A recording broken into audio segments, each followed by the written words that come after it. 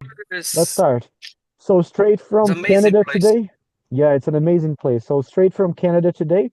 Let's go and start our class. It's already 5:33 over there. So we have four with me, counting me. So three guys here for the class. And let's start already. We had done mock 8 completely in the last class. So today we're going to start with mock 10, okay? Okay. Mock 10 it is. So first question, I'm gonna take the order here. Let's start with Philip, if he's there. Yeah, Philip, you're gonna be the first one answering questions. Are you okay with this? Yes. Okay. And then it's gonna be Okay. Adraldo Let's afterwards, go. and then Richie. So that's the order for today's class. Let's start with this first question of Mock 1. Captain, what is the most difficult phase of a flight? So, in my opinion, the most difficult phase of flight is uh, the takeoff, because takeoff are very important phase of the flight. The things happens so fast, and everything needs to be checked before the takeoff, and uh, I think it's the first time that the airplane suffered uh, structural forces, and the engine is 100%, and the engines are 100%, and I think the takeoff is the most difficult phase of the flight for the crew, the cabin, the cockpit crew members. Okay. So you could say the engines are running at 100%, at Mm-hmm. 100%. So don't Mm-hmm. forget the preposition. You say the engines are at 100% or running at 100%. And when you said well that the aircraft is suffering forces, going through all these forces, that's okay. If you want a nice term to encompass that idea, you could also say that the aircraft is being overstressed a little bit in this stage of the flight. During takeoff, Mm-hmm. the aircraft is heavy. You have, all the load for the flight, and many times the aircraft could be fully loaded with passengers, cargo, maximum payload, and Bill. fuel. So yeah, the aircraft is being overstressed and it has been running the engines just for a little while. So we're more susceptible to problems since the aircraft has been running just for a little while. And at that stage of the flight, you obviously have to overstress the aircraft more I would say from a mechanical perspective, I suppose, from a perspective of, the forces, the engines, and all of the things you mentioned. Yeah, that's a good point. Nice. And now let's go with Adroaldo. Next question. Maybe just a second. I have just one screen today, guys. As you guys see, I'm in the car here in Canada. All right. So, question to Adroaldo. What was the most difficult situation you have had in a flight? Well, since I remember the most difficult From what I situation, remember. what From what I remember instead of since I remember. from From okay from what I remember. from what I remember, Yeah. the most difficult phase of situation that I have had in my career was it was uh, not exactly fail of an engine, but I feel that the engine was not good, and I tried to land with the aircraft with a full load, and it was a careful landing. So this was the situation that I remember, the Okay. difficult situation that I was remember. All right. So I corrected you with the first sentence because you used since. You could say since I started flying, the worst situation I had was this one. Or since and then you go to a point in time when you use since. If you say Okay.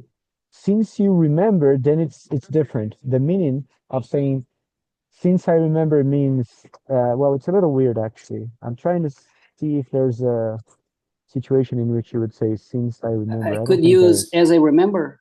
I could use Yeah, you could use as I from what I remember is better. from I remember. Yeah, Okay, from it's what better. I remember. From what I remember, or from what I can tell, from what I remember. You could also use from what I recall instead of remember. Yeah. All right. Recollecting my memories, if you want to go back as well, you could say it like this: recollecting my thoughts or recollecting my memory, going back to what I remember here. I think the worst situation was this, that, and that. And if you want to use since, just go back to a point in time. So say, since I started flying, I think the worst situation I had was this one. Yeah. So you pointed out, or you could say, since I started flying. Yeah. Oh, there goes When my you family. use There, people are going to the lift now. My father-in-law over there. And my wife is getting her stuff at the back of the car still. So I'm gonna go snowboarding after this. All right. Interesting, man. Very different class today. Let's go to the next question. But you had a question before that. Say it again, Adraldo. I interrupted you. Sorry. oh no. All good? When you talk about since, I need that you need a Since a period period of of time. time. Yeah. Remember when you see that in shirts and on placards or signs, you see when you have a brand, like let's say you get a, I don't know, a package on the supermarket or something, and it says since 1920 whatever. Yeah. All right, This. okay, So you make reference to a time in the past. Yeah. all right. Thank you very All right. much. No worries. You could say since I started. It doesn't have to be a year, but it has to be some reference to the past. All right. And just a second. I think I'm actually asking you guys the wrong questions. Instead of opening Mach 10, I opened Mach 1 because both starts with 1, I suppose. Wait a second. I might have done this. I think I made that mistake, guys. No worries. We practice a little more of part 1 today because of this, okay? We have 1 hour and a half class after all, so not a problem. All right. So let me go back to the first question of this mock now. No, wait. First question was most difficult phase of the flight, right? So that one is actually the same, or I actually asked the right question, then I made a mistake here and started going through Mach 1. So second question was actually wrong. Let's start with the second question now for you, Richie, okay? Instead of the third question of Mach 1. So second question of Mach 10, Richie. Ready? Ready? Captain, who was your best flight instructor and why?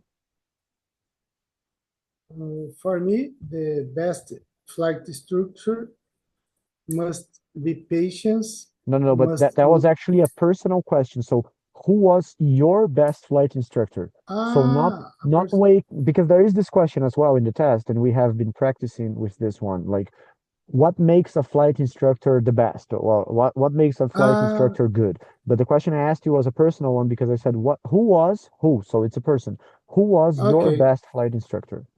understood now. My best flight instructor was Carlão from Blumenau.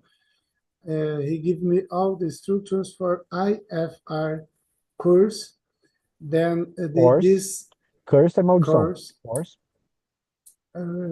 because they teach what I need to learn. Not only theoric things, not only about instruments or numbers or manuals. Mm-hmm. He teach me how to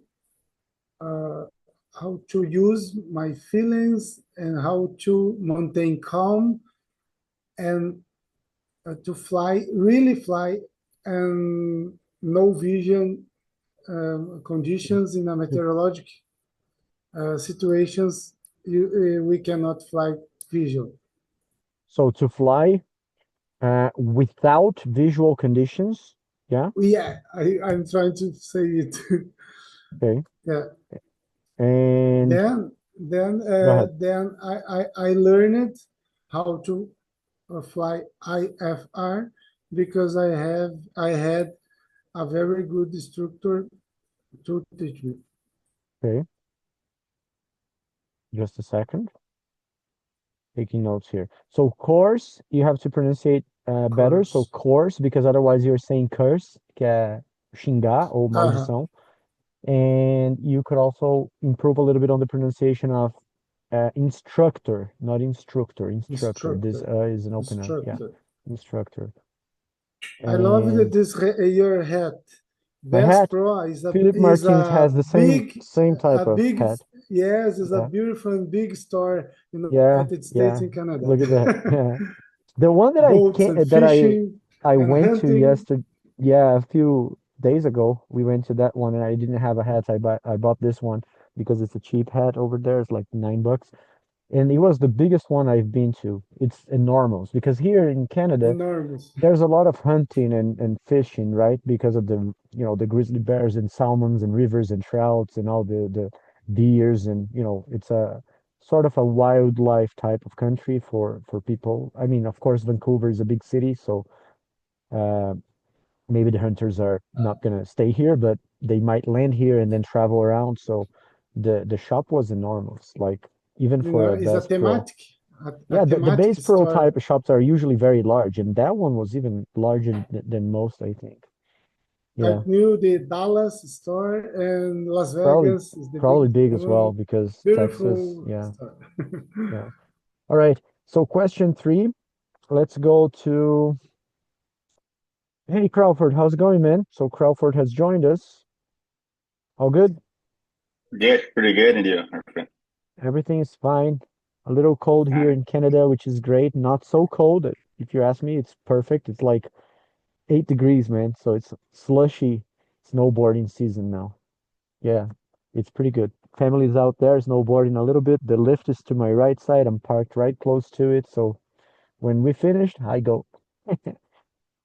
Let's go. So question 3. That goes for you, Crawford. We are actually going through Mock 10, and this is question 3, but we started with some mistakes I made. I started asking questions from Mock 1 mixed with Mock 10. So question 3 of Mock 10 now. Captain, tell me, in your opinion, what can airline companies do to improve working conditions for pilots? Well, this is a tough question for me because I never flown in airline companies before. And actually, I never studied about workload, work conditions in the airline companies, okay? But I believe the companies could improve the work conditions, like maybe, let me think, maybe look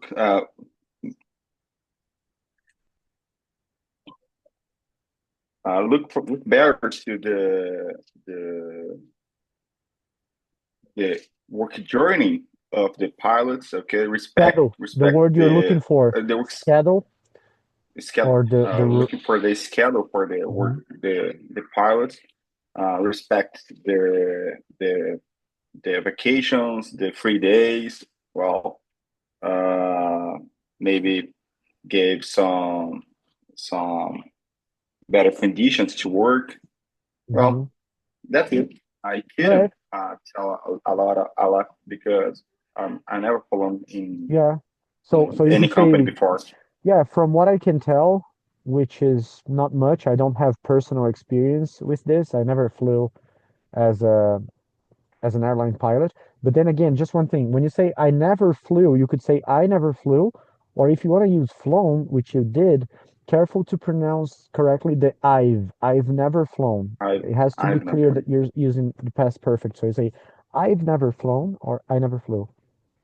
Yeah. Okay. I've never flown in an airline company, so I'm making assumptions here. But from what I can tell, so all these, expressions for trying to ponder on your opinion, saying that you're not totally sure about what you're saying, are very useful for questions that put you a little bit out of your comfort zone or the type of aviation you are most familiar with. Yeah.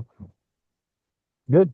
So from what I can tell, they could do a better job. I mean, I have some friends who they fly in airline companies, and apparently the companies are very complicated in terms of the schedule for pilots. So I think the best way for them to improve things are, is sorry, to try to make a better schedule to allow pilots to have some social time, free time, and this kind of thing. Good. All right. Now let's go to part 2, interacting as a pilot. So part 2, let's move on to the second part of the test. Please put the headset on. They ask you that, etc. Let's check the volume. So they play the volume test. Let's play it and remember, if things are not doing well, we have to make corrections. We have to ask them to try to fix the audio. So I'll play Santos Dumont English version Assessment. here. This is That's actually a good one. Let's see. Santos Dumont English Assessment. This is a sound check. Please confirm to the examiner if the volume is okay and you can hear the recording loud and clear. So Philip Martins, or actually Durão just joined. Durão, Victor, tell me. Hi, first of all. Welcome to our class from the car. Work trouble. All right. So did you get the audio? That was a little low and broken. All right. So we are starting part 2. So if I play this audio to you, let's say in the test, how would you interact now? What would you say to the examiner? The audio is completely broken and I barely can hear it. So you have to increase the volume and turn and adjust the audio on a regular way. Nice word to say barely, but careful because it's I can barely hear it, not I barely can. Yeah? You said I barely can hear it. Barely hear it. Yeah, you would say I can barely hear it. Use o can, tá? Não é can't. I can, porque você consegue, mas por pouco, né? O barely é super interessante essa palavra, né? Bare, ele vem de nu, né? Como adjetivo, algo que tá pelado. Aí o barely é o advérbio, então é algo que tá, digamos, por um fio, vamos dizer assim. Então eu consigo ouvir por um fio, eu consigo ouvir de maneira por muito pouco eu ouço, né? Então I can, tem que ser o I can barely hear it. Boa. E não I barely can hear it. All right. And now they play the audio again. The audio is good. Santos Dumont English Assessment. This is a sound check. Please confirm to the examiner if the volume is okay and you can hear the recording loud and clear. Now what would you say? 5 to 5. Loud and clear. All right. Loud and clear. Good.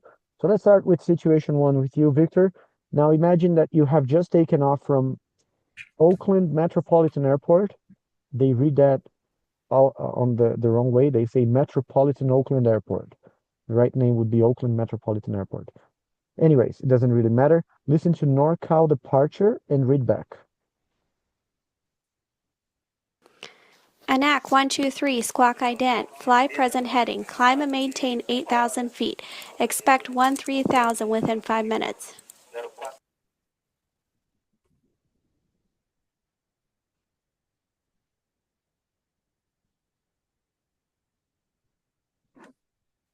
ANAC 123, squawk ident, climb to 8,000. Expect 1320,000 in 5 minutes. Okay. Now, Captain, imagine that your main landing gear does not retract properly. So contact NorCal departure, report your problem, and request to hold in order to try to solve the problem. Okay, Auckland departure, ANAC 123. We have a problem with our nose gear. It didn't retract. It should requesting a holding pattern to solve the problem. ANAC 123. Just careful not to say it didn't retract. Que aí, como você usou didn't, aí o didn't é o primeiro verbo conjugado. Se você tá num it, o certo é usar o S, certo? Como você fez. Só que não se você já usou um verbo antes, né? Porque você falou it didn't, aí você... Se fosse a afirmativa, você falaria it retracts, retrai. Mas como tem o didn't, aí a conjugação tá no primeiro verbo. Então seria it didn't retract, entendeu? Nesse caso Okay, da it didn't negativa, retract. isso, por conta do didn't ser um verbo, né? It did not. Então o did já tá aqui, ele seria o conjugado e ele não, e ele é imutável, né? Ele continua did, né? Então it didn't retract, porque é a negativa. Se fosse afirmativa, seria it retracts, ok? Ah, Então então tá certo falar é tá um erro com certo falar boas it didn't intenções. retract. Isso, it didn't retract, entendeu? Ok. Por exemplo, do you snowboard? Aí você fala assim, he snowboards. He didn't snowboard, entendeu? Por Entendi. que que você não... Porque quando você nega, o primeiro verbo é o da negação, entendeu? Que é o didn't, did not. O did, né, no caso. O not é um advérbio pro did. Alright, good. So it didn't retract. Good. E aí, se você quiser entrar na coisa mais fraseológica para até não ter essa possibilidade de erro, negative gear retraction. Fica no substantivo, Yeah. né? Request holding pattern. Isso. Control, negative gear retraction, request hold pattern. Now listen to what they reply and read back. ANAC 123. I'm not sure I understood your message. I copied your requesting to return to land in Oakland. Please confirm. That's a negative request holding pattern to fix problem with nose gear on a controller. Okay. Or to Good deal, job. not Now, to deal with nose gear you have to deal with it, nose fine. gear problem. Now, what happened here? What did the controller say? The controller said that I was requesting a return to the airport when I requested a holding pattern to deal with my nose gear problem. Okay. All right. Well done. Now, Captain, let's go to situation 2 with Martins. Ready to go, Philip? Yes, sir. All right. So situation 2, you are at Santiago Airport. Listen to Santiago Tower and read back. Se fosse o exercício 4 ou 5, Santiago é sempre balão, né? Mas aqui é situação 2, então não vai ser. Aquela não vai ter a foto, né? So you are at Santiago Airport, listen to Santiago Tower, read back. ANAC 123 cleared for line-up and immediate takeoff, wind 180 at 12 knots. When passing 4,000 feet, turn right heading 240 and contact Santiago departure 129.7.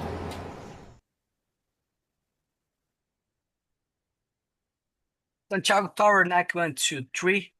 We are clear to line up and take off immediately. Passing 4,000 feet, heading 240 and contact Santiago departure on frequency 129.7. Well done. What was the speed you said of the wind? Wind 180 with 12 degrees. 180 knots. with 125.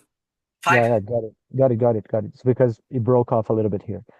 And by the way, if my internet connection goes down, I will try to fix it, but I'm using my cell phone now. So if it goes down, it's because I'm lacking data. So then I have to go to the Wi-Fi connection in the restaurant. But the winds, I you got it don't right. need to You got it report. right. No, you need in the test. In real life, you don't. Okay. In the test, you do have, yeah. Okay. I Yeah. took notes, but okay. Yeah. If it happens that in the test you might forgot, let's say that you forgot to read back the test in the wind direction and intensity in the test, because that's not something we have to do it in real life. Then when they ask what did the controller say, add this information if you realize you forgot. Because they let you know in the beginning of the test that this is a difference they will ask you to do it. So they will say in the test, we know that, in real life you don't have to read back the wind, but in the test we would like you to do it. So anyways, you don't have to read back the name of positions though. So in real life you would have. So to compensate for that, you do have to read back wind. Okay. Perfect. All right. So now imagine that while rolling, one of your airspeed indicators shows unreliable information, so you decide to abort takeoff. Contact Santiago Tower, inform them about the situation, and request taxi back to the gate. Santiago Tower, ANAC 123. We had aborted our takeoff due to instrument indication unreliable and unreliable and request text back to the apron. Unreliable is always a difficult word for a lot of pilots to say it pronunciation wise. So unreliable. Break the word in a few parts. Unreliable. So it's a long word. So reliable is able to rely on something. So unreliable. Try it again. Unreliable. Perfect. All right. Now, listen to what they reply. Read back. ANAC 123 Santiago Tower, vacate runway via taxiway Bravo and contact Santiago ground on frequency 122.2. I understand you want to go back to the gate. Confirm? Affirm, sir. We went back to the gate. We vacate via taxiway Bravo and contact ground 122.2. Nice. And what happened here? What did the controller say? The controller asked me to vacate the runway via taxiway Bravo and contact ground on frequency 122.2, and he understood my request to back to the apron, to the gate. Okay, well done. All right, captains, now we're going to move on to the next situation, situation 3, and is up to Aldo to continue. Ready? Ready. Okay. So situation 3, imagine you have just taken off from Frankfurt International Airport. Listen to Frankfurt Tower and read back. ANAC 123, maintain runway heading until passing 5,000 feet. Climb to flight level 100. Contact Frankfurt departure on frequency 118.50. Frankfurt Tower, ANAC 123, maintain runway heading passing 5,000 feet. Then climb to flight level 100, contact departure on frequency 118.5, ANAC 123. Okay. And Captain, now imagine that you have a wheel well fire indication and you decide to return to Frankfurt. So call Frankfurt departure to report the situation and say your intentions. Okay. Frankfurt Tower, Mayday, Mayday, Mayday. Frankfurt Tower, ANAC 123. Wheel well fire indication, request priority for land request return and priority for landing at Frankfurt, ANAC 123. Now listen to what they reply. Read back. Good job. ANAC 123, roger. Turn right, heading 190. Descend to 6,000 feet. Expect vectors RNAV, runway 25 left. Confirm if you have fire in your cargo hold.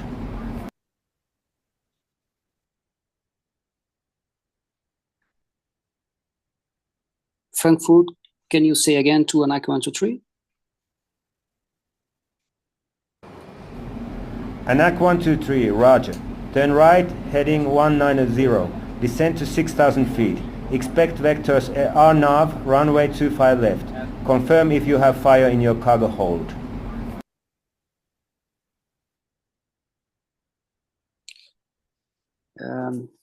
Turn right, heading 190, descending to 6,000 feet. We expect vector at runway 25 RNAV.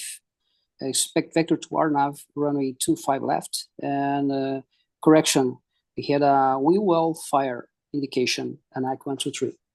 And what happened? What did the controller say? The controller instructed us to turn right, heading 190, and descend to 6,000 feet.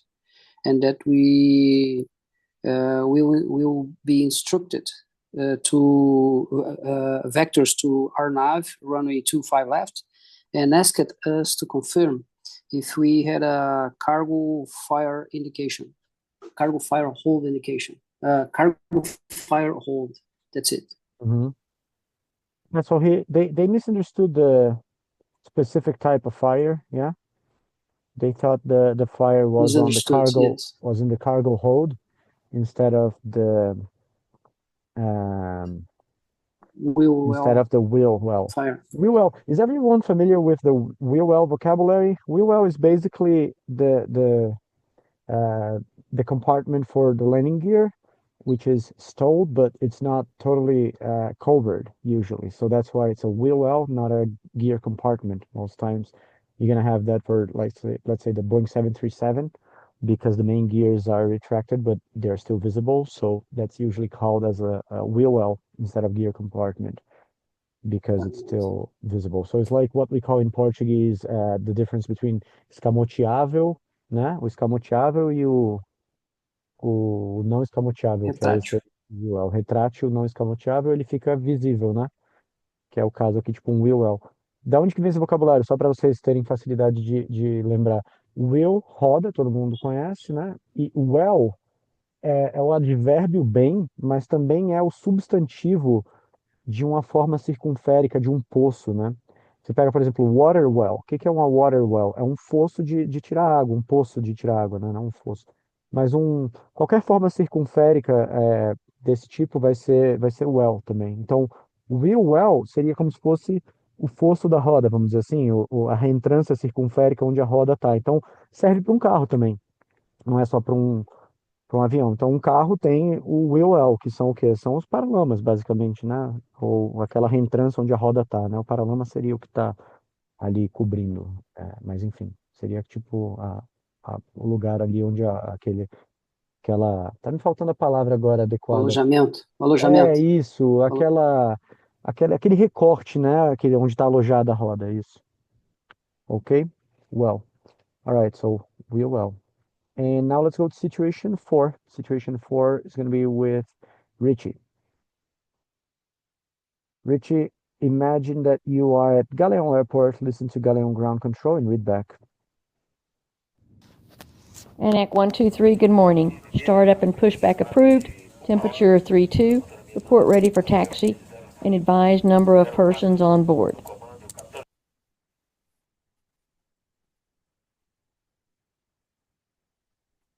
Please say again to ANAC 123.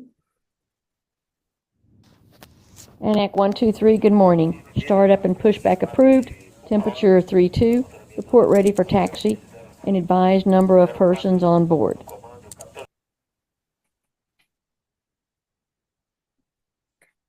Pushback approved. Temperature 32. Will report ready for taxi. And people on board 232. ANAC 123. All right. Now, Captain, imagine during the pushback of the aircraft, this situation here happens to you. Let me show you with a picture here. Can you see the picture there? No. What about now? Oh. So imagine a situation like this happens to you during pushback. So call Galeon ground control to inform about the situation. Ground control, ANAC 123, reporting a collision with a pushback truck. Request assistance, ANAC 123. Right. Now listen to what they say. Listen to their readback. There it goes.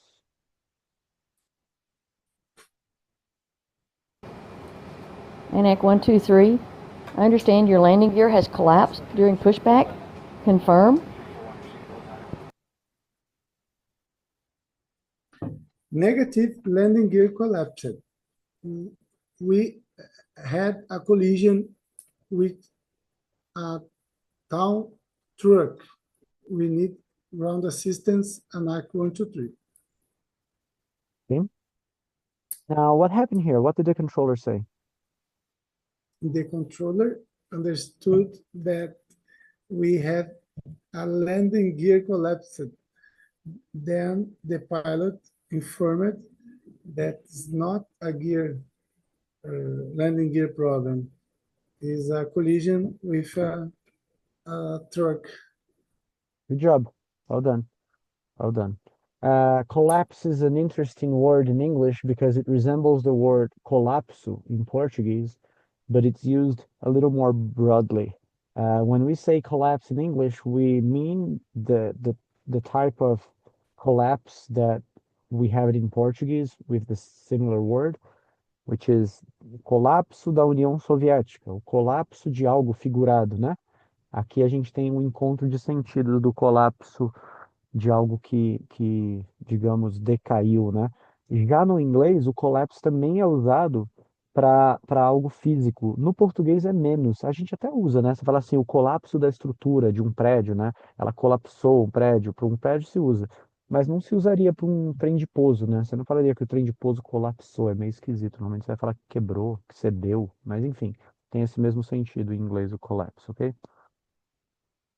Mas é usado mais no, é usado tanto no literal quanto no figurado. No português é mais no figurado. All right, well done. And now let's go to situation 5 with Daniel Crawford. All right, Crawford, situation 5, imagine you're flying to Madrid. Listen to Madrid Center, read back. There it goes. ANAC 123, vectoring due traffic.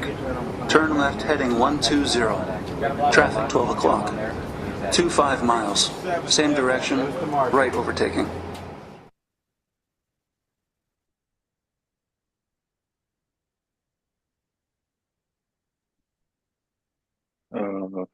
Madrid Center, ANAC 123, Roger, vectors due to traffic, turn right heading 120, traffic 12 o'clock, 20 miles, I'll be aware, ANAC 123.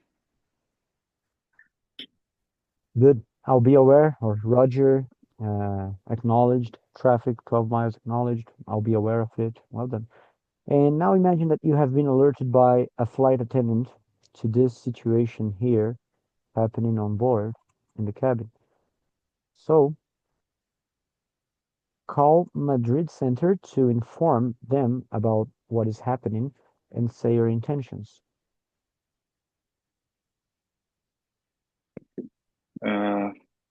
Mayday, Madrid Center, ANAC 123.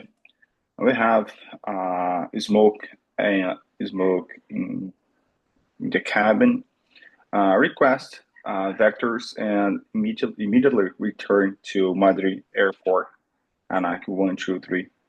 Okay, request immediate return because you are using an adjective for the return, but return can also be a verb, but then you'd say requesting to return immediately.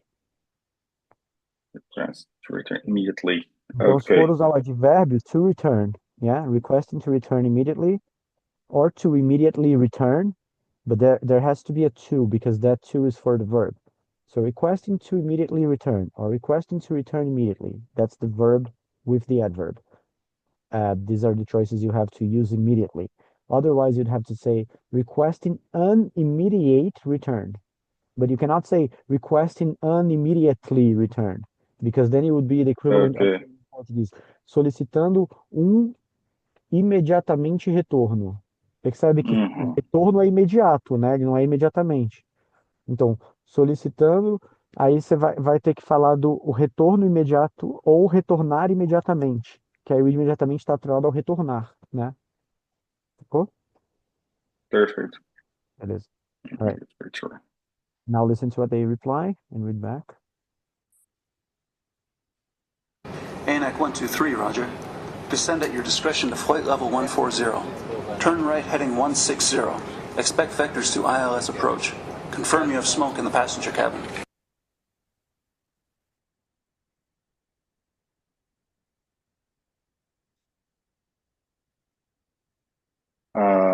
Madrid Center, ANAC 123, affirmative. We have smoke at the passenger's cabin.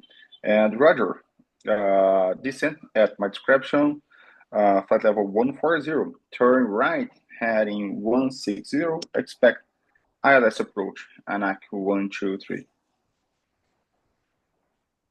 Okay, now what happened here? What did the controller say? Well, the controller understood my situation, smoke in the passenger cabin, and they gave me some instructions to landing via ILS approach. Okay. Careful with the pronunciation of discretion. Discretion é só um T, só que a gente usa esse T com som de SH. É como o T que fica antes de todos os ION, action. O cara fala antes de começar um filme, action, né? Então esses T antes de ION, eles viram SH a pronúncia, né? Então não é discretion, porque não tem P nessa palavra, é discretion, é só um T. Discretion. Okay. É um T que faz som de SH. Alright. Tô sem a luz aqui, vocês me perdoem, mas já tô entulhado aqui no carro. Alright. Well done. That was situation number 5. So part 2 is done. Let's go to part 3 with Victor. All right, Victor. So part 3, unexpected situations. In this part of the test, you guys will listen to 3 different communications between pilots and air traffic controllers. The recordings will be played twice. There's a 5-second pause approximately before each recording is repeated. And after listening to the recordings twice, you should tell me everything that the pilot and the controller said in your own words, explaining. And then I'll ask you a subsequent question. At the end of part 3, I'll also ask you to compare the 3 situations. So please take notes. All information is important. Do you have any questions? No. Great. So let's start with situation 1. Pan, New York approach, Cactus 341. We lost 1 engine. Request 20-minute fuel dumping and return to JFK. Cactus 341, Roger.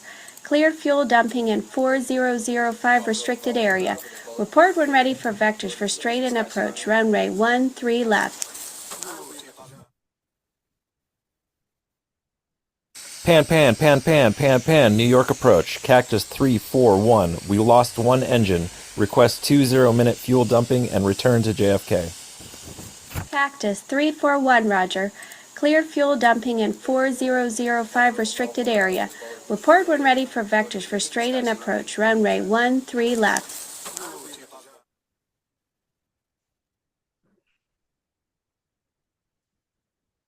It's an aircraft from Cactus 341. He's on a pan situation. He's talking to New York approach. He lost 1 engine. He requested 1 minute of fuel dump. The control give him clearance to 4,000 feet on a restricted area, and asked him to report when ready to return to land on 130 left. Okay. And tell me a little bit about what would be the consequences of an overweight landing. From start, there will be from start. I would say that we have structural problems with the aircraft, and also with the pavement. That may not be prepared for that kind of weight. On that matter, we are also facing runway excursion due to this unprepared field, and over on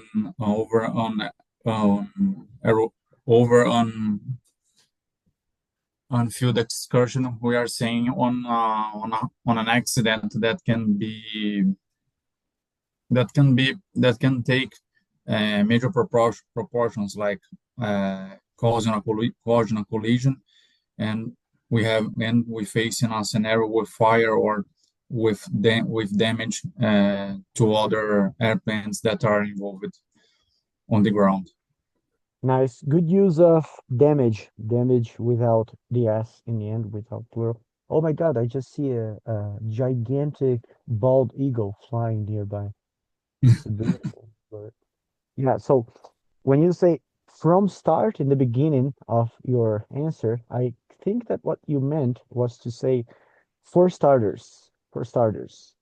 For starters é uma expressão que acho que é o que você queria usar, que é tipo assim, para começar, para começo de conversa, né? Que esses starters vêm até da ideia, acho, de entrada, sabe? Que você pede no restaurante, for starters, para começo, para iniciar. Outra que você poderia usar, se quiser não usar uma expressão idiomática, você poderia usar first. First I must say that I would say there could be some damages, etc. Você falou from start, I would say there could be some damage to this, that, and that. So for starters, I would say, yeah. Firstly, some people say firstly, primeiramente, yeah. First things first, você pode usar também. Yeah. First of all. First of all, yeah. Ok. Tem um enfático também que é interessante, que é o first and foremost, I would say this, that, and that. Ele é enfático, né? Porque você está dizendo em primeiro e mais importante lugar, né? Você começa enfatizando, você não está só falando em primeiro lugar, mas está falando que em ordem de alguma importância, aquilo que você vai falar primeiro é superior, né? Fala first and foremost. First and foremost, I would say that this, that, and that. Beleza? You got it. And Captain, now let's go to Martins with situation 2. It's going to be played twice. There he goes. We have matching hats. Oh no, we both took off our hats now. I'll put mine. Brasilia Control, Argentina 7786. We hit a flock of birds soon after takeoff. Our windscreen is damaged. Request immediate return to Brasilia. Argentina 7786, Brasilia Control, Roger. Descend to 4,000 feet, turn right heading 150 to intercept the localizer course.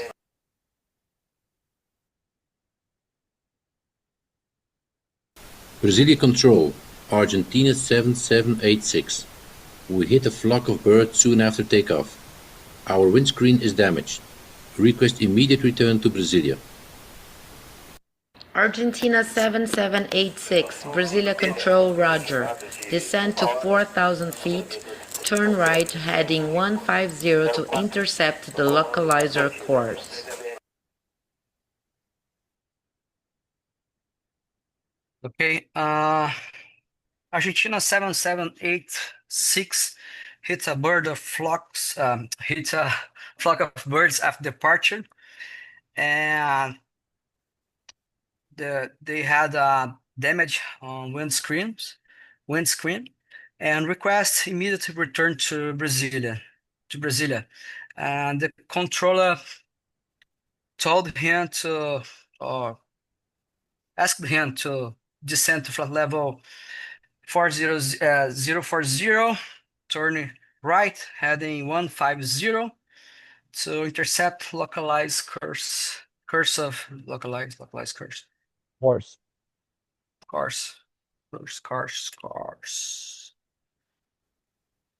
Okay, done? Yeah. Okay, doesn't sound like you're done. Remember to emphasize the end of the sentence. To intercept localizer course, or to intercept localizer course, that's it. So either you emphasize the end of the word that is the end of your sentence with, the way you say it. It's the same that it is in Portuguese. Like if I'm talking to you guys and I say, yeah, I think that's it, it doesn't sound like that's it, even if I say that's it. So emphasis is very important. So say they had to intercept the localizer course, or they have to intercept the localizer course. It sounds like I'm going to continue, right? So careful with this. And then that's the only mistake you made. And there's one more. When you said windscreen, isso é importante a beça. O N em inglês, você não pode fechar a boca, cara. Você tem que ficar meio que sorrindo assim. Windscreen. O que acontece? O português a gente tem um N meio misturado com M no final de palavras, tá? Não no meio, acho que não no meio, mas no final, certamente. Você pega palavras tipo também. Eu não fechei. É que eu fiquei na dúvida, eu falava Mas você windshield. percebe que, por exemplo, a gente fala também e a gente não fecha a boca nesse também. A gente faz também, entendeu? Já o inglês é M e N. É bem definido, M e N. Então, quando você fala windscreen, é windscreen, que é diferente de windscreen. Porque cream é creme, cream, aí é a terminação dessa palavra. Eu poderia falar, por exemplo, screen, tela. Windscreen vem daí, né? Tela de vidro contra o vento. Windscreen. Mas se você falar sunscreen, é o creme pro sol, sunscreen, que tem aqui do meu lado sunscreen, não sunscreen. Agora, sunscreen pode existir, é uma tela também do vento, né? E salvo engano, até pode ser usada para filtro solar. Mas se você fosse falar, por exemplo, é, green e green.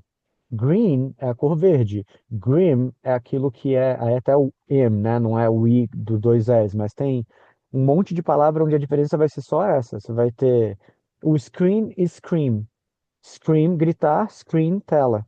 E a diferença é só esse Nzinho no final, em termos de pronúncia. Você vai falar screen é Vou tela. tentar usar windshield. Pode usar windshield, é a pronúncia mais fácil de windscreen aí, ó.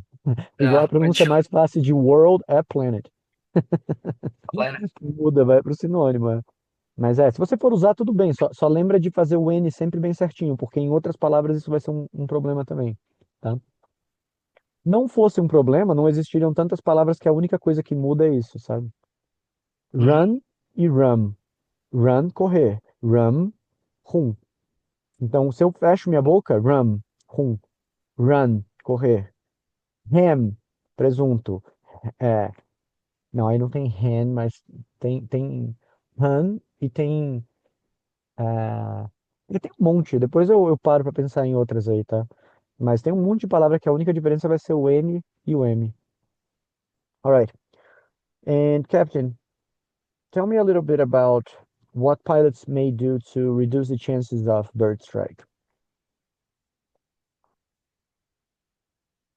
It's a hard question because I don't see any way that the pilot can avoid flock of birds. For example, in this case, birds hits the windshield.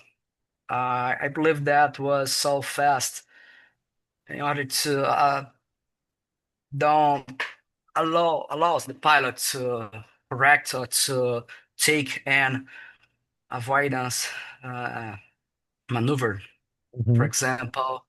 So You could use evasive maneuvers. That would be a nice vocabulary. evasive maneuvers.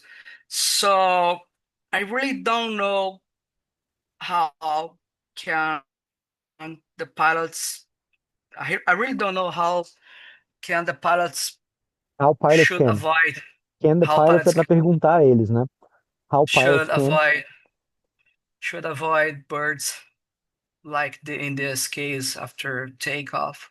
So it's a hard situation to deal with. That's All right, it. good answer. If you don't know, you don't know. In English, in German, in Spanish, in Russian, you say, well, I really don't know how to avoid birds, to be honest. I think that it's something very complicated because the aircraft usually It flies happens so pretty fast.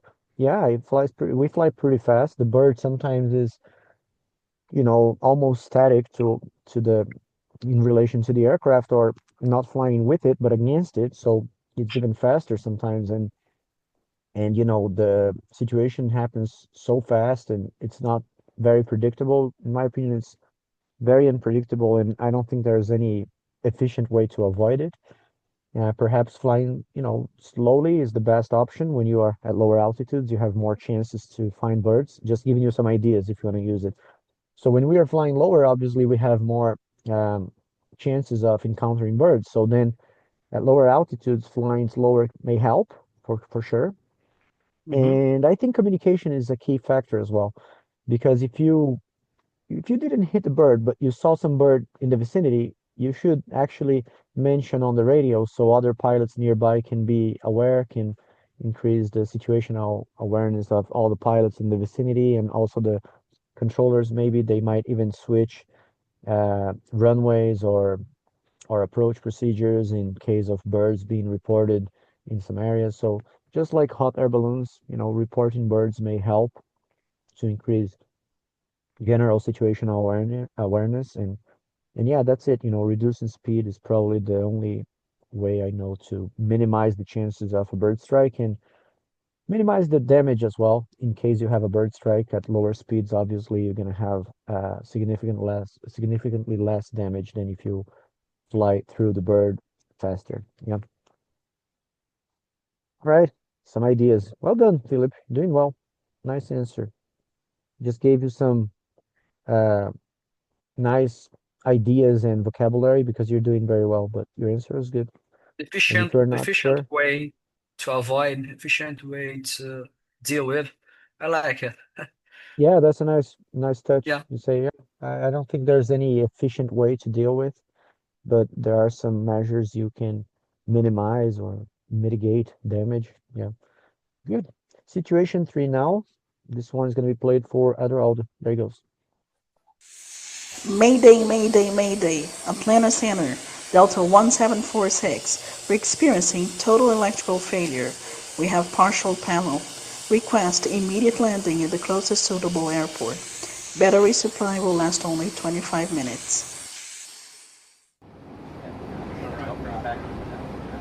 Delta 1746, Atlanta Center, Roger. You will be vectored to Atlanta Airport. Is it feasible to turn left heading 260 degrees and descend and maintain 9,000 feet? Inform remaining fuel and souls on board.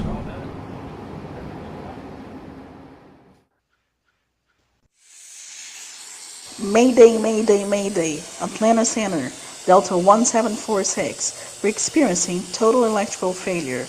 We have partial panel. Request immediate landing in the closest suitable airport.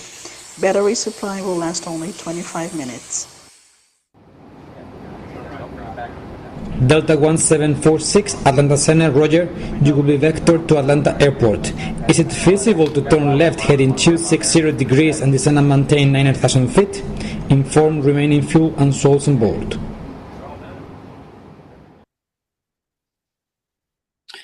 Well, in this case, pilot reported a Mayday situation, and due to a experience of total electrical failure and partial of panel was lost, and request return to the nearest airport and informed the controller that there was able to 25 minutes of electrical source, and the controller understood the emergency, and we'll give vectors to the nearest airport, and instructed to turn left heading 260 and descend and maintain 9,000 feet, and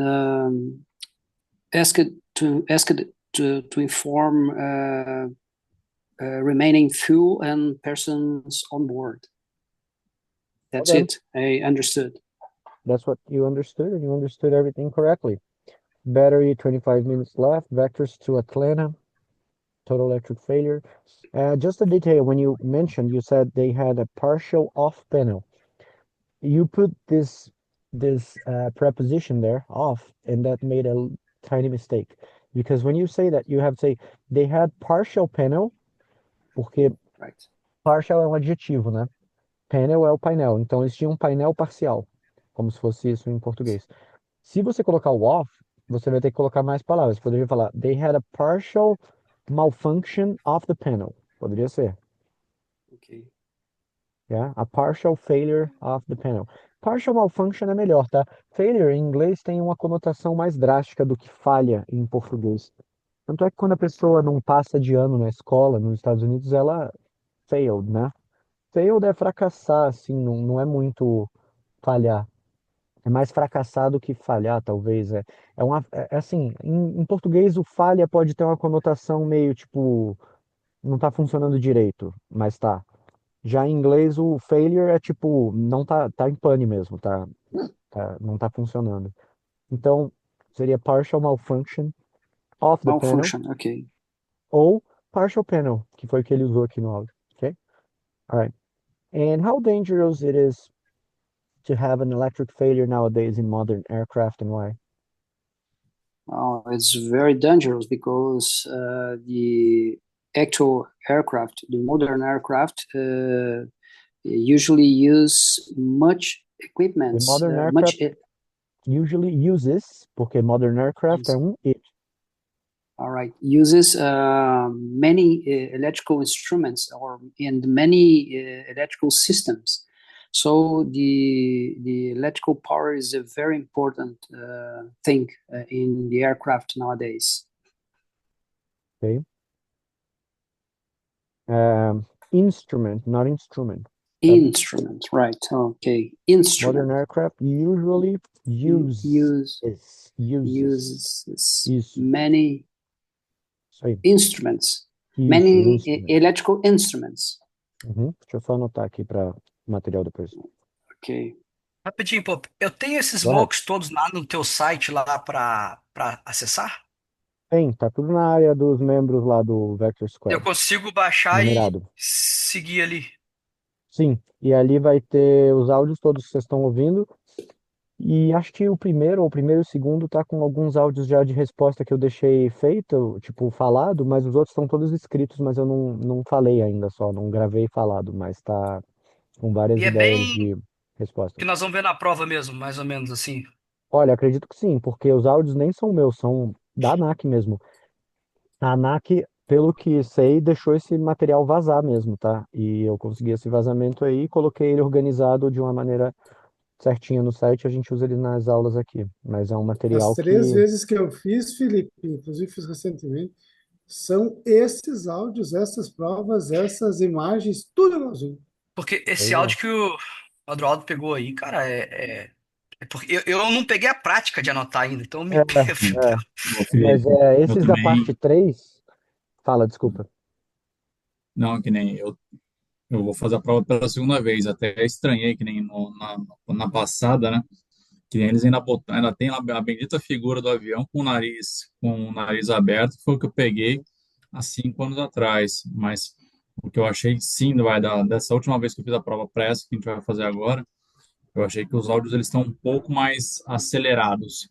Mas também é questão de readaptar o ouvido e a escrita, né? Escrever, tem que meio que É um resumir pouco as coisas. sorte e azar também, cara.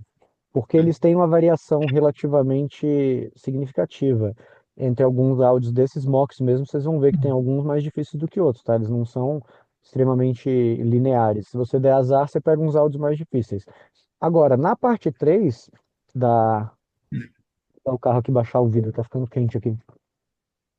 Na parte 3, é muito importante você anotar pouco. Você tentar anotar muito, você acaba anotando um monte de coisa irrelevante.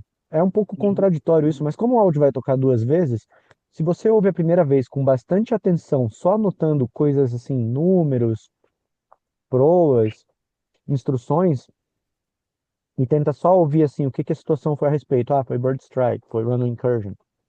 Nem se preocupa muito em anotar essas palavras maiores. Se conseguir anotar rápido, porque está com tempo, com abreviação, beleza. Mas se não, pega mais as coisas tipo uma pista, uma taxiway, uma frequência, e porque vai tocar a segunda vez. E aí você dá uma complementada no que você pegou, entendeu? Porque uma das coisas que mais atrapalha as pessoas nesses áudios de parte 3, porque eles são mais longos, né? E é uma conversação entre piloto e controlador e tal, e aí tá mais em inglês geral. O que acontece é que normalmente as pessoas querem escrever muito, e aí elas não prestam tanta atenção. Só que como o áudio toca As 2 coisas vezes, importantes, né? eu imagino assim, aproveita que você vai ter o material ali para estudar e faz algumas vezes sem anotar, só ouvindo.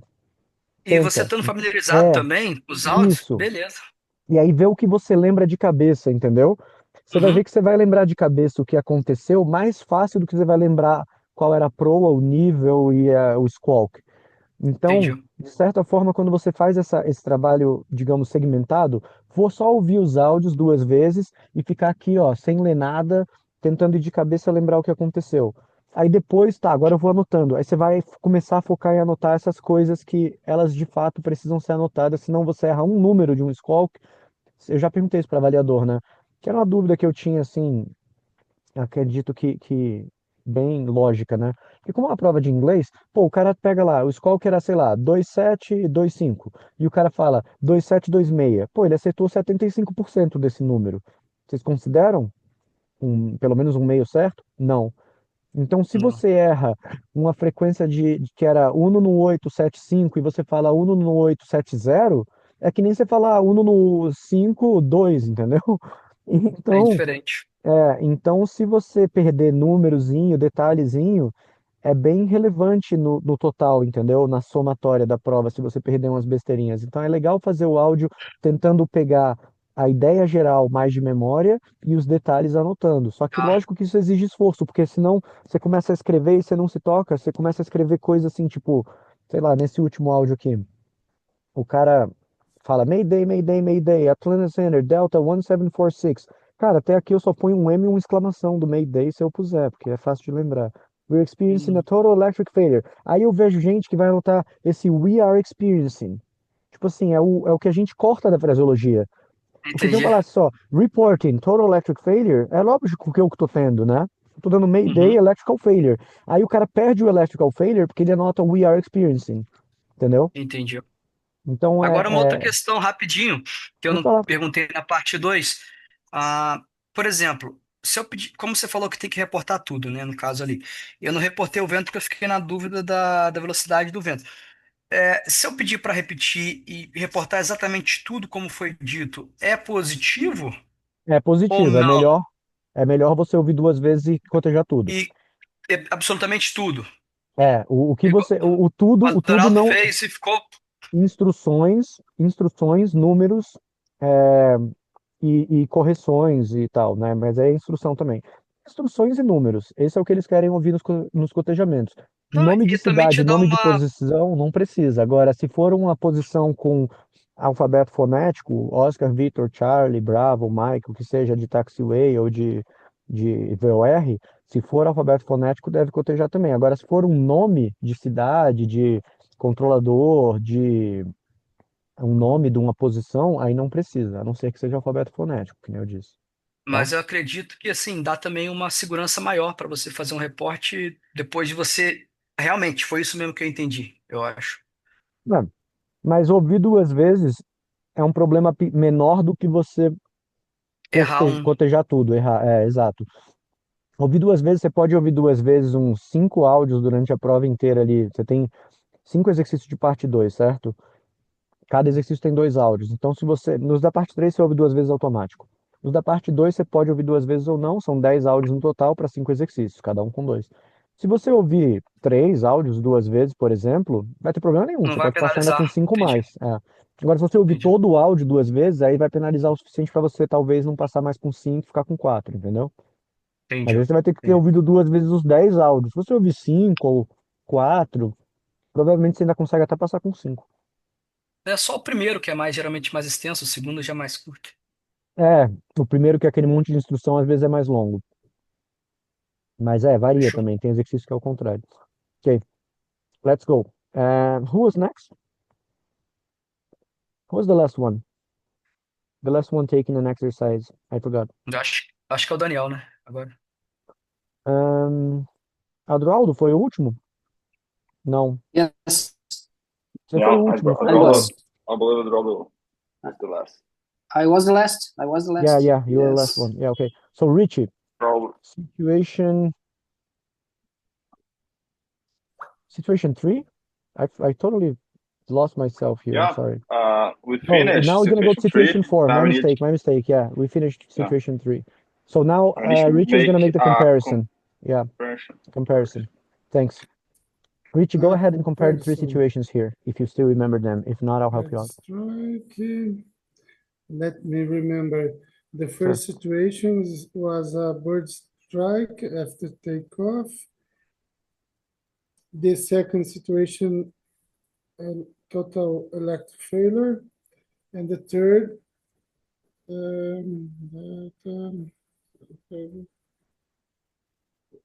Eu acho que primeira foi Pan Pan, né, New York. Lost one engine, né? Yes, lost one engine. The first was lost one engine due to And then field. Then field the second bird strike.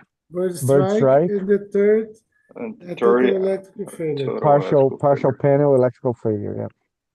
Well, lost electric failure is dangerous, but the situation is under control because they have a partial panel and 25 battery power supply. Then 25 what? 25 minutes? 25 minutes? 25 minutes.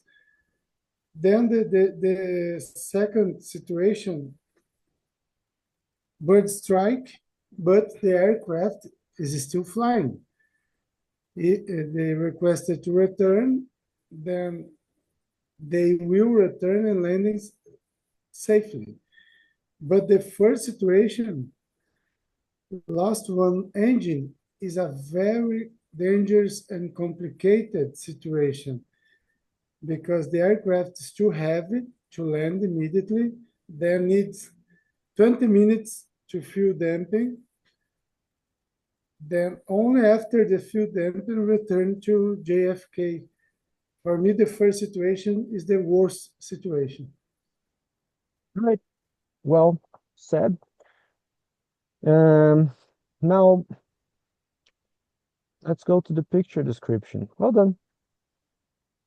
A few vocabularies that I usually like for this comparison. You could say this one seems to be more under control. When you mentioned the third situation and you said a little bit about the electrical failure still being under control because they had a partial panel and 25 minutes left of battery power, you could say they also have the assistance of the controller. Apparently they are able to deal with the problem well. I think they are gonna just, work around the problem, troubleshoot the problem, work around the problem, solve the problem. I think the situation will be under control after all. They have the assistance of the controller as well. Yeah. So you can point out some factors like this and explain why one situation is better or less problematic than the other. Yeah. All right. Now let's go to part 4, picture description. And Crawford is the one describing the picture to us. Okay, that's good. All right. Go ahead and describe this picture to us, Crawford. Tell us what you see and what you think is going on here. Perfect. Well, in this picture, I see a standard boarding procedure. Okay. There is a Airbus from British Airways, belongs to British Airways.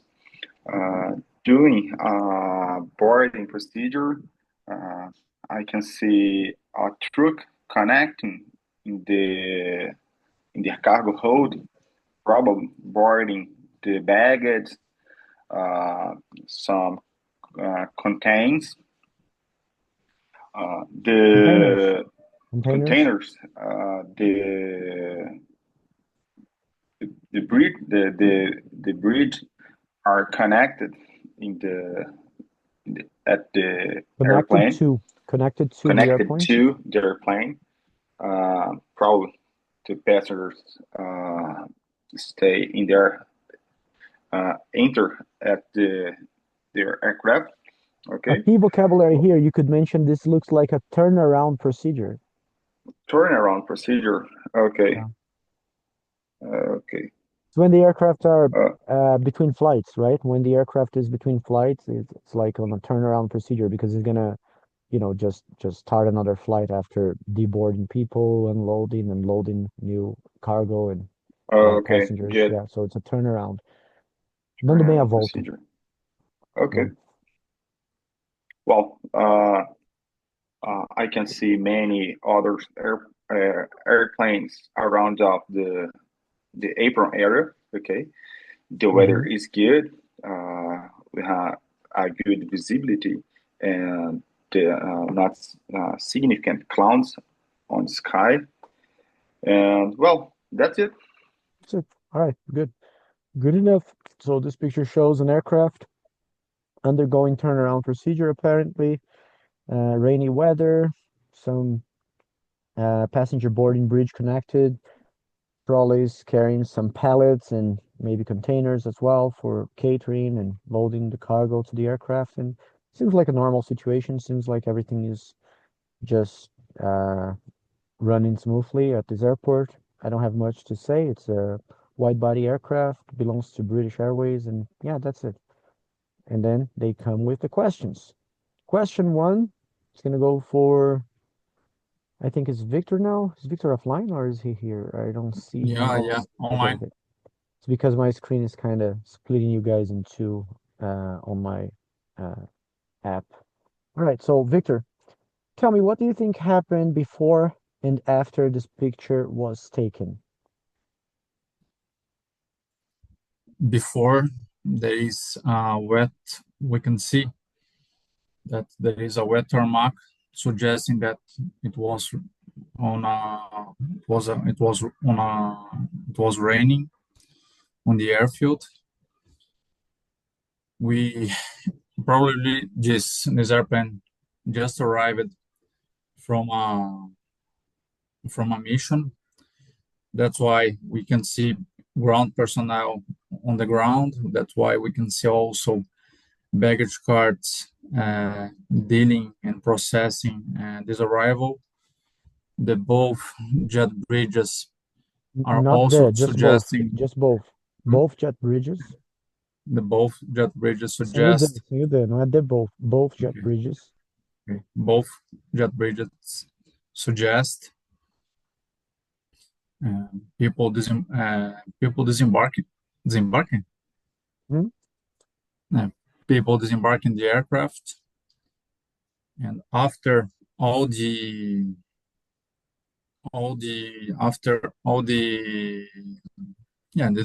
disembarking procedures were done, this aircraft will be probably towed to the maintenance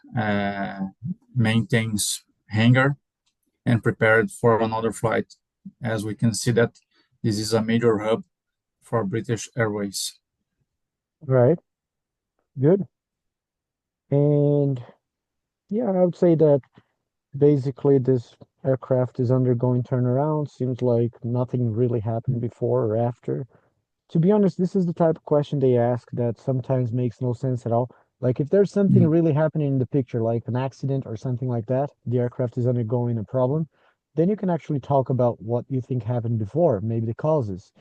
If there's something happening, you can also talk about what's going to happen, later, because you can talk about the consequences. But when the situation is normal like that, you have to try to find something to say. So I would try to go from the perspective of the aircraft or the pilots, the crew, to talk about it, or the airport, as you did. So probably before the picture was taken, this aircraft was in a different position. Maybe it was flying, came to this position after landing from another city with the passengers, and it's just, routine operations. So they landed, they taxied, and now they are disembarking the passengers and probably boarding new passengers after that, or after the picture was taken, they will take off again. Yeah. There's a noisy Kawasaki snow cart passing here. Can you guys hear it? That was noisy. Can you guys still hear me well? Yeah. Okay. All right.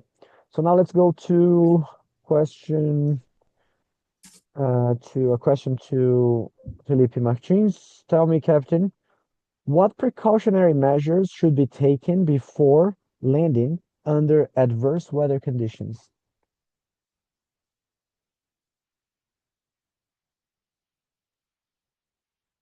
So before to perform a landing, Before performing, not to perform, before performing. Before performing land in Landing, a bad tá certo, pouso. Before performing a landing. in a landing. Yeah. In a bad weather conditions. Pera, vamos lá. In a bad weather condition.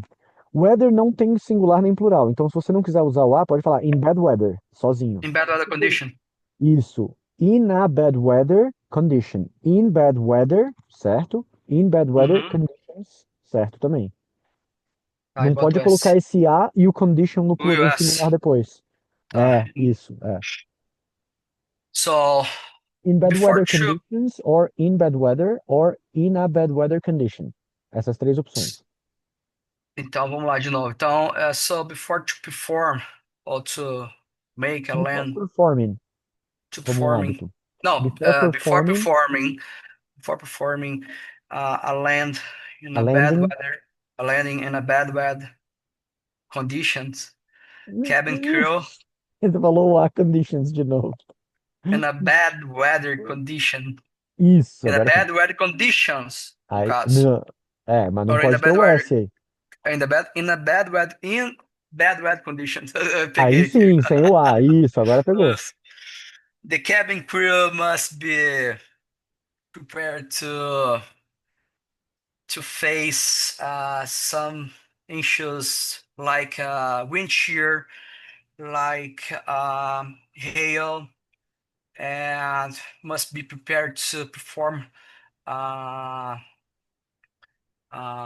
miss the approach procedures, and must be trained to deal with bad weather conditions when landing. And I think I think that the pilots should train in the simulator, and it's a hard phase of the flight, because the landing is a specific phase of the flight. In my opinion, is the most difficult phase of the flight. And if you increase it in a bad weather condition, so the pilot must be really must have to must has a good skills Okay. to perform a good landing. That's it. Okay, just a second. Cuidado com o A para pensar o que está acontecendo, e é engraçado isso acontecer com você, Martins, porque seu inglês é bastante bom, mas você está falando um pouquinho do A enquanto pensa. E aí esse A, ele é um em inglês. E aí você erra a consistência de singular e plural, né? Porque Em você vez de eu estar acaba. fazendo eu tô falando Aí você fala entendi. o A, você fala condições, uma, no final você falou assim, ó, must to have, que aí é um erro, porque o must não precisa do to, must Must have. have good skills, e você falou must have good skills, esse A era você pensando, Eu pensando, porque eu entendeu? falei the pilot Isso, must has, e eu falei have, eu quis corrigir. seria must have, né? Porque o must é o que já é um verbo que já vai estar, já tá conjugado, Não então, entra, não entra, já tá conjugado, não entra. é porque Pô, você já, na verdade, the ele entra pilot numa must palavra que have. não tem, né? Isso. Entendi. É, porque o must já tá lá, entendeu? Uhum, E o must ele já seria o primeiro verbo conjugado. É que nem quando você fala em português nesse caso, né? Você precisa ter, entendeu? Você não, entendi. ou você fala você tem, e aí o verbo conjugado com o pronome você é o tem, porque ele tá logo depois. É que Ou você fala essa. você precisa. Aí o precisa tá no lugar do você tem, entende? Sim, Você tem ou entendi. você precisa ter. Se eu falar você precisa, eu não posso falar você precisa tem, Você vê entende? que eu falei certo no começo, mas o plural, ele vem sendo um fantasminha pra mim, sabe, no inglês. Mas Aí que eu. é um pouquinho difícil mesmo. O inglês tem os plurais irregulares e tal, e tem essa coisa do pensamento com o A. Se você faz o pensamento com A, você erra alguns que você iria acertar, entendeu? Então, quando você Entendi. for pensar, ou silêncio, se conseguir Uhum, falar um pouco mais lento e silêncio, também tá tudo bem, que aí você não erra, tá. tá? Por exemplo, teve outra que você falou no meio dessa, que foi condition of, aí você falou condition of hail. Hail é um mass noun, né? É como smoke, é um substantivo de massa. Então não tem um granizo, é granizo. Então, porque um granizo seria até estranho, né? Seria uma pedrinha só de granizo, Seria né? hail conditions, né? Tipo, É isso. Aí hail under hail conditions, beleza, conditions. porque o conditions é plural, mas hail não vai para plural, né? Ou a hail condition, uma Under, condição de under, granizo under ou hail condições de conditions. granizo, mas não dá para falar a hail. Então, Uhum. se você falar a condition of a hail, é que você ia falar condition of hail, só que aí você, em vez de falar estender o off, você poderia falar condition of hail, me dei tempo para pensar onde. nas vogais das palavras. Condition of hail. Agora, se eu falar condition of hail, aí eu fiz o A aqui e acabo Que por uma não era, que nem naturalidade existia, sim, que não também. existia e nem se queria pôr. Às vezes é só um Não. pensamento verbalizado num artigo, É, que entendeu? não Sem seria uma querer. condição de um granizo. Isso, exato. Agora, let's go to the statement for the last one of you guys, because I'm gonna go snowboarding. All right. So now I'm gonna read a statement for Adoraldo. Adoraldo, tell me to what extent you agree or disagree with that statement after listening to it, okay? I'm gonna read it. You tell me afterwards and explain to me to what extent you agree or disagree. Try to expand a little bit on top of it, okay? Okay. Pilots should be well trained in all aspects of the transportation of dangerous goods so that they are prepared to act fast in case of an incident on board. Tirei, tá muito fácil. Yeah, oh, to me is the difficult because it's a longest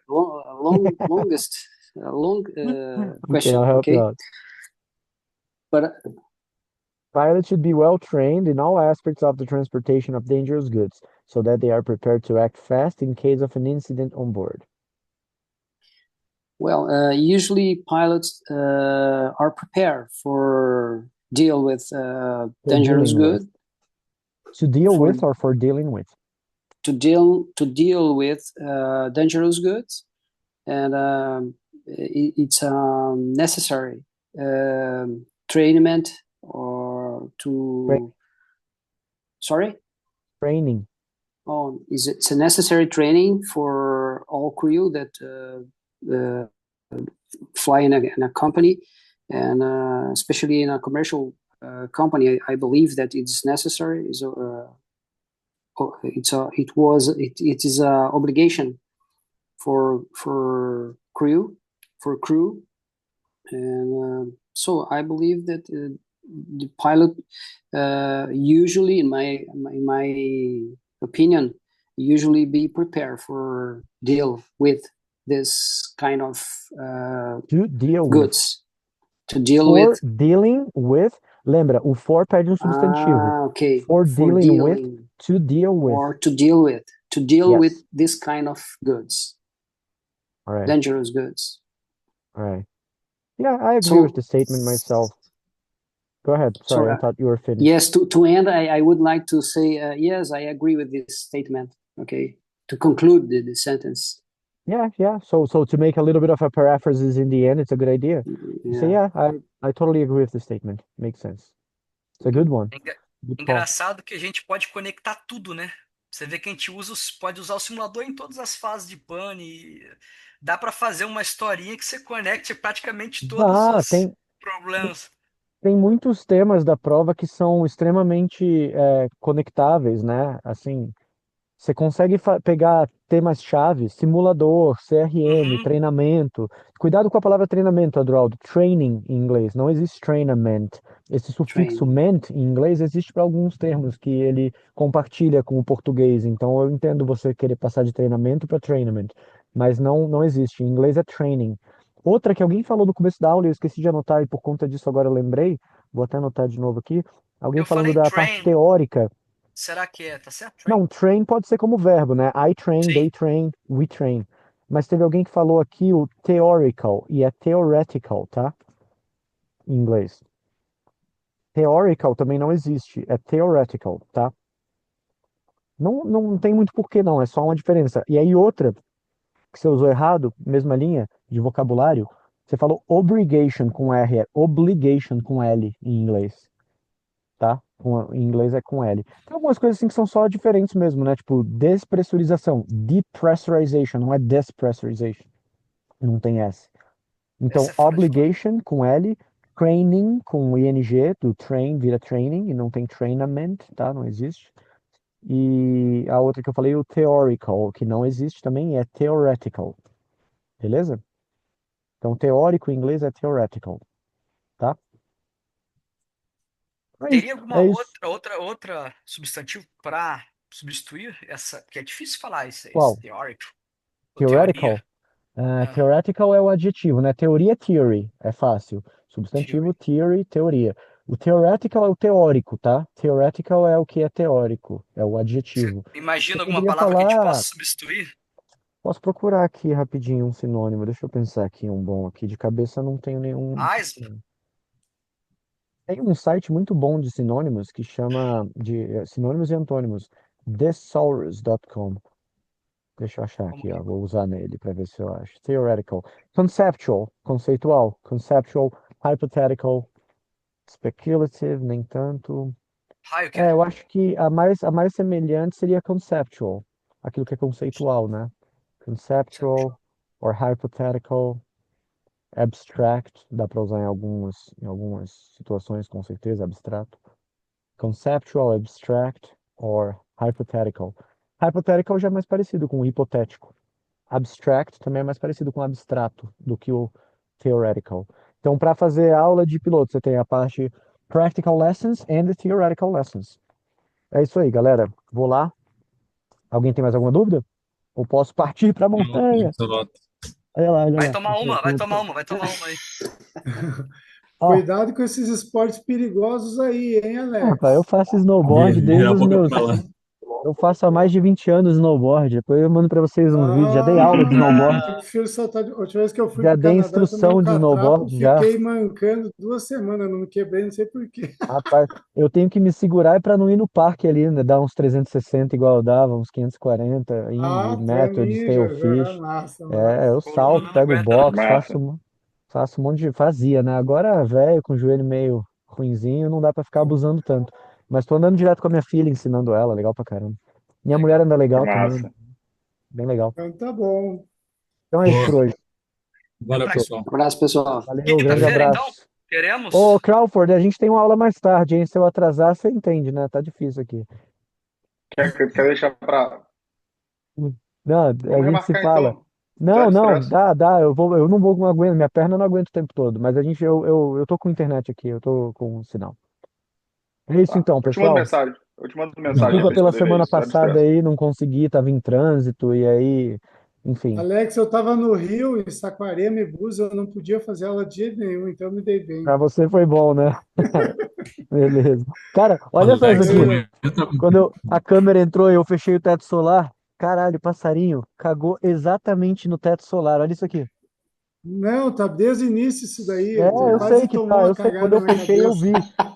Quando eu fechei, Eu eu vi vi. isso aí. Eu falei, cara, que passarinho mira laser, né? Sorte que eu tinha fechado isso aqui quando ele cagou. Valeu, Tomar galera. cagada na Um cabeça. abraço. Ia cair no meu braço, ia Valeu, espirrar meu em mim e irmão. na minha esposa aqui do lado, ia cair no meio de nós dois aqui. Abraço, valeu. Valeu, tchau, Valeu, tchau. Abração. pô. Obrigado aí Bom pela rolê aí, meu presença, velho. todo mundo. Abraço, fica Valeu, com Deus. galera. Abração. Bom ver todos vocês aí.